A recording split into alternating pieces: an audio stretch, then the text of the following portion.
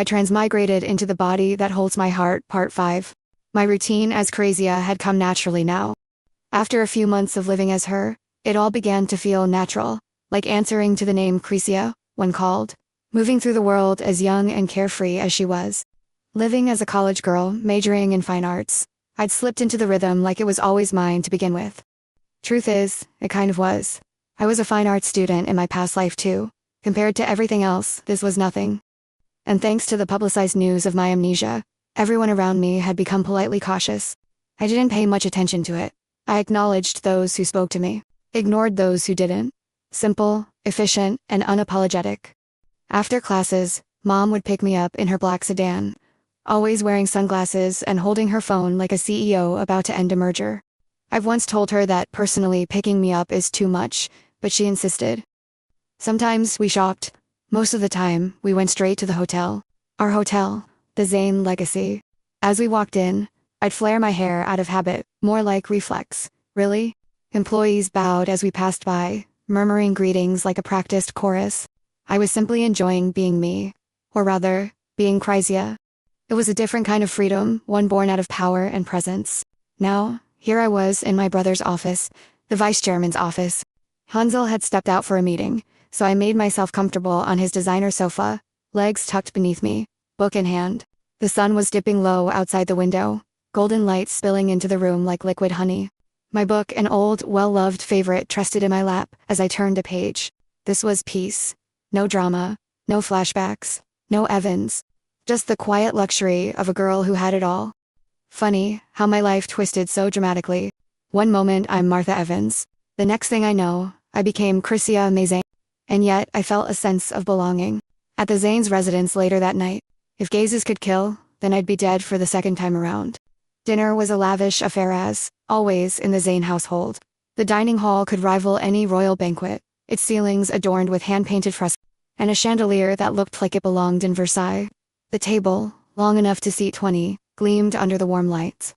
Old trimmed china plates held courses that could make a Michelin star chef cry. Seared wagyu with black truffle glaze, butter-poached lobster tail over saffron risotto, and garden-fresh vegetables, plated like abstract art. Wine poured like it came from a sacred vineyard. Everything smelled expensive, tasted even more so. And yet, I barely noticed any of it. Because something hung in the air, heavy, electric. After the final course was cleared and the staff retreated with quiet bows, Dad, still in his three-piece charcoal suit, cleared his throat. Crazia Hansel May. To my study now, he said. His voice alone made the room still. We followed him in silence, weaving through hallways lined with paintings and ancestral portraits, until we reached his study. Now that room was something else. I was amazed as I walked in. Dark wood panels, floor-to-ceiling shelves, lined with leather-bound books, a fireplace that probably never ran out of perfectly cut wood. And there he was, my father, seated, behind his massive mahogany desk, like a king on a throne. He didn't look at Hansel. He didn't glance at Mom. His eyes locked on me, hard, cold, sharp as a blade that had just been unsheathed. I sat on the plush sofa, carefully smoothing down my dress, pretending not to notice the fury etched into every line of his face. His stare was a storm waiting to strike. I didn't dare meet it. I just fixed my gaze on the carpet, heart pounding in my ears. Then came the sigh, deep and measured, like a man who had fought a war and barely won. Tristan said yes. The words came like thunder. My head snapped up. Really? Dad? He did. I bolted from my seat, the scream already escaping before I could control it. Joy, raw and reckless, burst from me like champagne. I rushed toward the man who held my future in his hands, arms open, ready to throw myself into a hug. But his voice stopped me cold. Wait there, young lady. The sharpness in his tone cut through my excitement like a knife through silk. He still hadn't smiled. His expression was unreadable. Stone. Whatever this was, it wasn't a fairy tale ending just yet. I pressed my lips and looked at my dad. He specifically said only for business. Dad's voice was grave, final. Each word a nail hammered into my fantasy. He didn't look away when he said it. His gaze bore into me, steady and unflinching.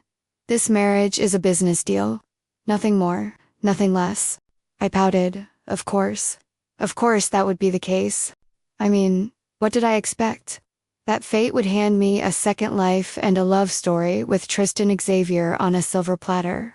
Come on, Crecia. Or should I say, Martha, in being too delusional. It's not like we knew each other. Not me. Not her. Crecia and Tristan were strangers. He hadn't even looked at me before that hospital day. Before the accident. Before the miracle that put his name in my heart. A marriage of convenience, my father added, almost like a whisper. The words hung in the space between us, like smoke from a dying flame. Then, something in his expression shifted. That killing gaze softened. I felt like the iron had melted. He leaned forward, and suddenly he was no longer the billionaire tycoon who ruled boardrooms with silence. He was just my father. Is that the kind of life you want, dear? His voice cracked at the edges, pleading and vulnerable. Behind him, Mom exhaled deeply, but didn't speak. Still, I could feel her thoughts screaming, loud and clear. Don't rush. Don't trap yourself. You deserve more than this. And maybe they were right. But what they didn't understand, what no one could understand, is that I wasn't just some naive girl chasing a rich man's shadow. This wasn't a crush. It wasn't fantasy. It was something deeper. Something born in the quiet ache of dying alone. And waking up as someone new, someone loved, someone whole. Yes, this marriage might be nothing but strategy to him. But for me, it was the only thread that tied me to a man I couldn't stop thinking about. A man whose pain mirrored mine. A man I might be dangerously greedy enough to want. Even without love, I reached out and held my dad's hand. It was curled into a tight fist on top of the table, his knuckles pale from the pressure. A sign of all the tension he was keeping, buried behind his carefully composed expression. Slowly, I wrapped my fingers around his. Dad, I said softly, I know how hard this was for you. He didn't meet my eyes, but I felt the way his hand tensed under mine, the weight of his pride, the gravity of what it meant for him to approach Tristan, not just to speak, but to offer something as deeply personal and vulnerable as a marriage proposal. To go to your business rival, your nemesis even, and propose marriage, I said, my voice barely above a whisper. That's not something you'd ever do lightly. I know that. His jaw tightened, but I didn't stop. I just want you to know. I appreciate it, more than you probably realize. I gave his hand a light squeeze, grounding both of us. I really like Tristan, I confessed, the words falling out like a quiet truth I had been holding too close to my chest. I'm not asking for anything in return. Not love, not attention. I just want the chance to be near him. As I looked at his eyes, I saw the shift. Not understanding, not quite acceptance, but something between worry and surrender. I smiled faintly and pulled my hand back, folding it gently on my lap. I'm not that same girl anymore, I added quietly. This second life, it made me see what really matters. And right now, what matters to me is him. Even if I'm the only one who feels that way. The room fell silent, heavy but warm. Mom's hand found my shoulder. She didn't speak. She just looked at me with concern. Her sigh is a sign of how heavy this engagement really is. After all, Crecia is only 19 years old. She's still a baby in her eyes. Still innocent and novice in this game called life and the risk called love. Don't come crying to us if he breaks your heart. Hansel's voice cut through the thick silence like a blade. I turned my head just in time to see him standing up from the sofa, his expression tight, jaw clenched. Then, without waiting for a single word more, he stormed out, slamming the door behind him. The echo of it lingered in the room like thunder. I flinched a little, but I didn't say anything. I just stared at the closed door and let the silence settle in again. Mom looked like she wanted to go after him, but she didn't move. Dad stayed rooted in place, his hand now resting open on the table, calmer than before, but no less conflicted. I took a deep breath. I must be really crazy. Crazy for choosing this path.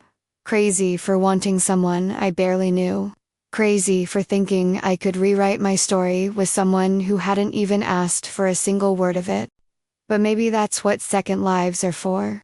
Doing the crazy things the first version of you was too scared to even dream of.